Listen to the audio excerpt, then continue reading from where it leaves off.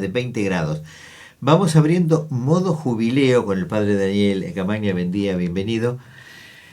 Tema, el pecado, habíamos dicho el otro día, como consigna para ahora, que a todos nos sacude, nos alcanza y nos moviliza, ¿no? Sí. ¿Por dónde lo tenemos que Ya empezamos con los temas divertidos. ¿Por dónde lo tenemos que mirar? Justamente me venía acordando de dos cosas, creo que dos como anécdotas que Porque el pecado dan pie. trae la culpa Y todas sus consecuencias. Sí. La chapa, diría mi abuelo. No, y te iba a contar una cosa que contaba una hermana de Carlos Casares, una monjita española, estuvo poco tiempo. Ella tenía un hermano dominico, un hermano fraile, sacerdote. No me acuerdo si murió estando ella acá. Bueno, la cuestión es que contaba que su padre era ateo, anticlerical, no quería saber nada republicano. Esto serían los años 50, todo más anti. o menos, cuando todo anti. Entonces tenía una expresión, ¿no? O ustedes los frailes, ustedes los curas, siempre hablando del pecado, ¿no? Entonces, y siempre le decía, siempre hablando del pecado, siempre hablando del pecado. Y lo gracioso es que, bueno, el hermano iba con sus compañeros cuando eran estudiantes y eso, que a veces le recriminaba a este hombre, ustedes los frailes siempre hablando del pecado. Si los otros no le decían nada, él les preguntaba, ¿estáis hablando del pecado? Los provocaba y discutían así. No, lo contaba esto como un poco un síntoma así, y es lo que a veces pensamos. Ya la palabra pecado la relacionamos con la religión, con lo prohibido, y con lo que molesta y no gusta, ¿no? Hasta podés pensar una palabra ya pasada de moda que tiene que ver con la realidad. No, y lo otro que me venía acordando y te quería contar, ¿se acuerdan del padre Luis Diel? Sí. Estuvo acá, que fue párroco de la catedral después de Pedrito. Luis le gustaba mucho la Biblia y hacía como traducciones o adaptaciones así populares, digamos, bueno, en lenguaje de divulgación, que se entendiera. Y bueno, una vez le dijeron algo medio parecido así a esto, le cuestionaron, bueno, la iglesia siempre hablando del pecado, la culpa. Él ya había dejado la parroquia, estaba jubilado, así que se dedicaba a leer y a escribir. Y oigan el intento que hizo. Dice, sí, tenés razón, o sea, le cuestionaron, discutieron un poco ahí con esto del pecado. Entonces se tomó la Biblia, del Génesis al Apocalipsis, del principio en fin, y cada vez que se encontraba con la palabra pecado, le buscaba un sinónimo. Y bueno, acá qué cabe, según el contexto, como venía la oración, la frase, a ver, pecado, bueno, entonces, qué sé yo, pecado infidelidad, pecado maldad, pecado soberbia, pecado sinónimo de enfermedad, de caída, se mandó un trabajito. Yo creo que el padre Juan Pellegrino, con eso lo tenía en la computadora, se podrá rescatar, porque tiene una enorme riqueza. Una riqueza, pero ya digo, del principio al final, lo empezó en Carlos Casares, terminó en Trenquelau, que le llevó más de un año, el sinónimo. Porque él, ¿qué quería decir? Bueno, está bien, nos incomoda la palabra pecado, pero lo cierto es que pone nombre a una realidad humana, lo que está mal, la traición, la omisión, la maldad, la perversidad, es decir, algún nombre hay que ponerle a esas realidades humanas, a eso que nos pasa y que hacemos los seres humanos. Bueno, me pareció impresionante, formidable, ¿no? Sobre todo captar esto y bueno, buscar, está bien, no te gusta esa palabra, pero hay que ponerle nombre. Bueno, eso, contaba estas dos anécdotas por esto. Es una realidad humana, ¿no? Pongámosle... Es parte de la naturaleza. Es parte de la naturaleza, ¿no? El trabajo es el esfuerzo para no caer en el pecado, ese es el trabajo permanente. Pues si tenemos presente que se nace con ese pecado original, la construcción es precisamente a no caer en el pecado. Anoche en una reunión de hombres bromeos les digo la peña religiosa, porque le han puesto nombre, la higuera y todo, se reúnen una vez por mes y eso, bueno, salió tema parecido. Y ahí alguien dijo, o les conté, no sé qué, que hay algo llamativo. Las grandes tradiciones religiosas, en filosofía de las religiones hay una parte, digamos así, que se llama religiones comparadas, ¿no? Entonces se comparan. Y, por ejemplo, uno de los denominadores comunes o cosas parecidas que hay en los grandes relatos religiosos, por lo menos en las más conocidas, las tradicionales, o no sé cómo decir, que hay algo parecido, un tema en comparación, un tema correlativo, ya digo parecido, es que en todas hay algo parecido a lo que nosotros llamamos pecado original, ¿sí? La caída, la primera culpa, todas tienen, o la mayoría, algún relato parecido, como queriendo encontrar una raíz, una causa, una motivación, un origen a esa humana debilidad, ¿no? A esa tendencia a resfalarnos y no a pararnos, ¿no? Hacer las cosas mal y no bien. Esto desde la propia experiencia, ¿no? Siempre cuesta un poquito más el bien que el mal, ¿no? El mal, bueno, te suele salir más fácil, ¿no? Caben algunas distinciones y explicaciones, ¿no? A veces se confunde en el lenguaje religioso, ¿no? Tentación con pecado, a veces le ponemos pecado a cosas que no lo son. Digo, esto me parece que hay que ir al catecismo o al evangelio, ¿no? Para algo poder llamarle pecado, no solo desde la religión, sino desde un punto de vista humano, general, ¿no? Tiene que haber como tres cosas. Primero tiene que ser algo malo, ¿no? Puede parecer de perogrullo, obvio esto, pero no está mal. Es decir, un mal que hago o un bien que dejo de hacer. Primero, materia, ¿no? Y tiene que haber conciencia y deliberación, es decir, sabiendo y queriendo, ¿no?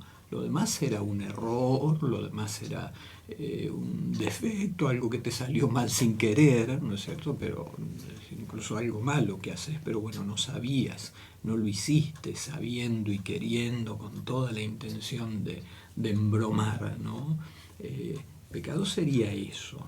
Me parece que es importante para diferenciarlo de la tentación, es decir, el impulso, las ganas, el deseo, la tendencia, pero que bueno, nunca se concreta, nunca se consiente, bueno, ahí no. Y para diferenciar la culpa, una cosa es lo que se dice el sentimiento de culpa, la culpa psicológica, ¿no? Una especie de malestar, un creer que me salió mal, que podría haber hecho mal. Bueno, eso es una cosa como emocional, psicológica, y otra cosa es la culpa, como podríamos decir, moral, real, ¿no? Justamente que a consecuencia de esto, bueno, me la mandé, hice algo malo, sabiendo, queriendo, bueno, ahí hay culpa real. Lo otro puede ser, podría haber hecho más por el perrito que se enfermó y lo dejé afuera y se murió. Digo, pongo este ejemplo así tan trivial, de ahí para adelante cosas más serias, ¿no? Bueno, justamente a veces ante la partida de un familiar quedan como sentimientos, podríamos haber hecho mal, mirá, si hubiese ido todos los días. Bueno, eso puede ser más un sentimiento,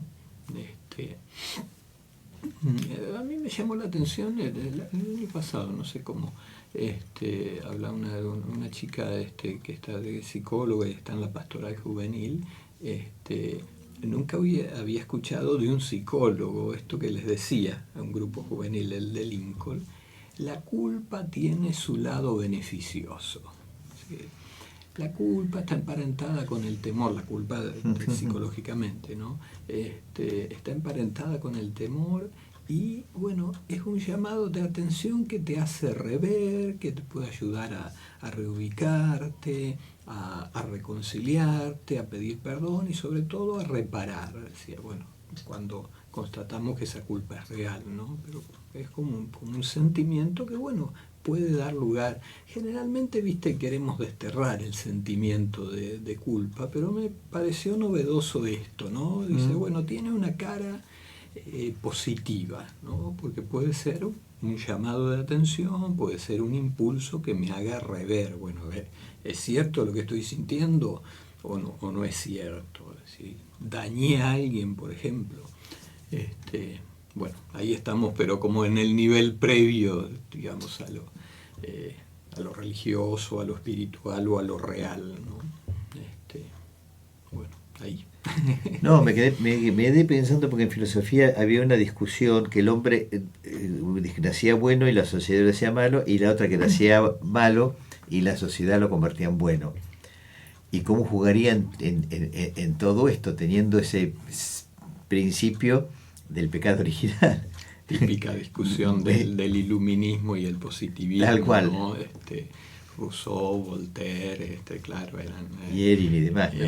Sí, porque, claro, bueno, estos eran los cuestionadores en ese momento de la tradición cristiana, sobre todo católica, ¿no? Bueno, ahí cabe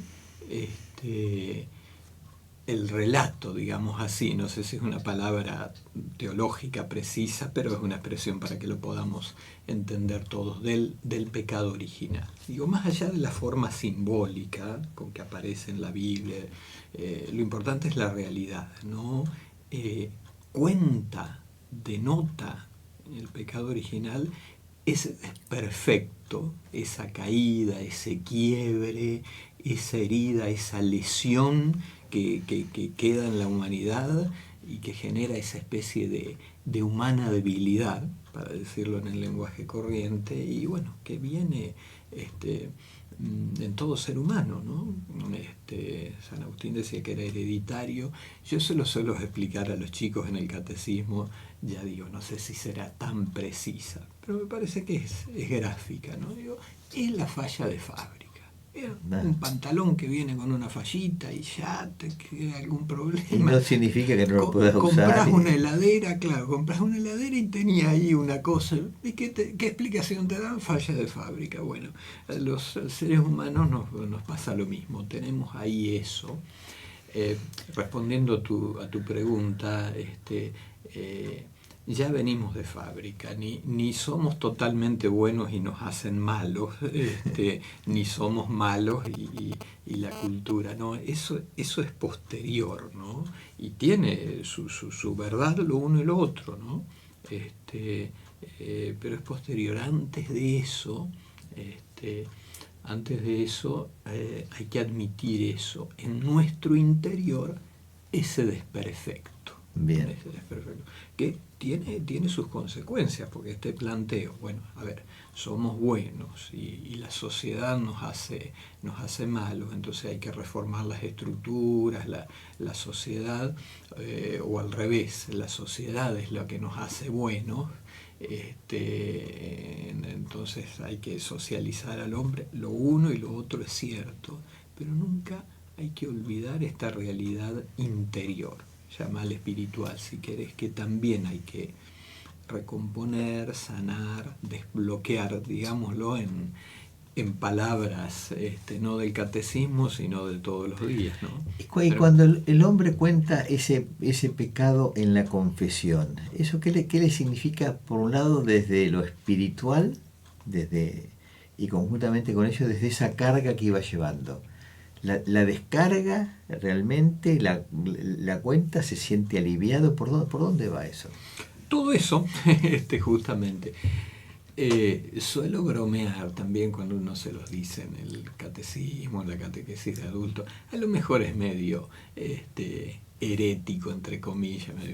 Suelo decir, pero para explicar, ¿no? Que Jesús no inventó nada, simplemente agregó en la confesión el perdón de los pecados. Pero que, digamos así, el mecanismo de la confesión es un mecanismo profundamente humano, ¿no? De desahogo, de poner nombre, de verbalizar, de decir justamente la culpa, lo que me pesa, lo que me hace ruido. Pensá, aún con sus distancias, diferencias y similitudes, pensá en una terapia psicológica. ¿Qué es? Ir poniéndole nombre a todo eso que tenés en el fondo, a lo que va saliendo del inconsciente. Bueno, ya digo, es una comparación esta, ¿no? No es exactamente eso, pero tiene bastante de eso, ¿no? Lo oscuro, lo malo, lo dañino. Y bueno, en ese proceso de ponerle palabras, de verlo, de admitirlo, de reconocerlo, no solamente está